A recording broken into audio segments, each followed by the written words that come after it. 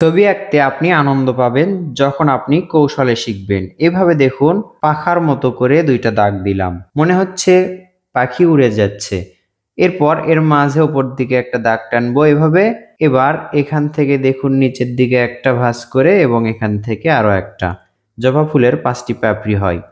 এভাবে দেখুন আমরা দুটি আঁকলাম, এই পাশে আরো একটি, 3টি হলো আঁকা।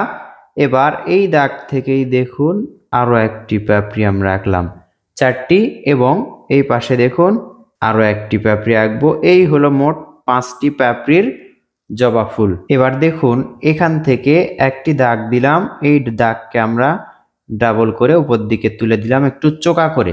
এখানে একটি ভি লেটার, আবার এখানে ভি, আবার ভি, এভাবে ভির মতো করে নিচের দিকে আমরা নিয়ে আসবো পেন্সিল দিয়েই। এরপরের মাথায় একটু করে গোল বৃত্ত আঁকবো, এতে করে দেখুন সুন্দর লাগবে দেখতে, কিন্তু এরকমই লাগে। জবা ফুল আঁকার টেকনিকটি শিখে নিন, এটা থেকে আপনি অন্যকেও শেখাতে পারবেন। এই বরাবর সোজা আমরা নিচের দিকে নিয়ে আসবো এবং এভাবে দুইটা দাগ দিব এখানে এবং এখানে। এই তো নিচের অংশের কাজটা এভাবে করব আমরা।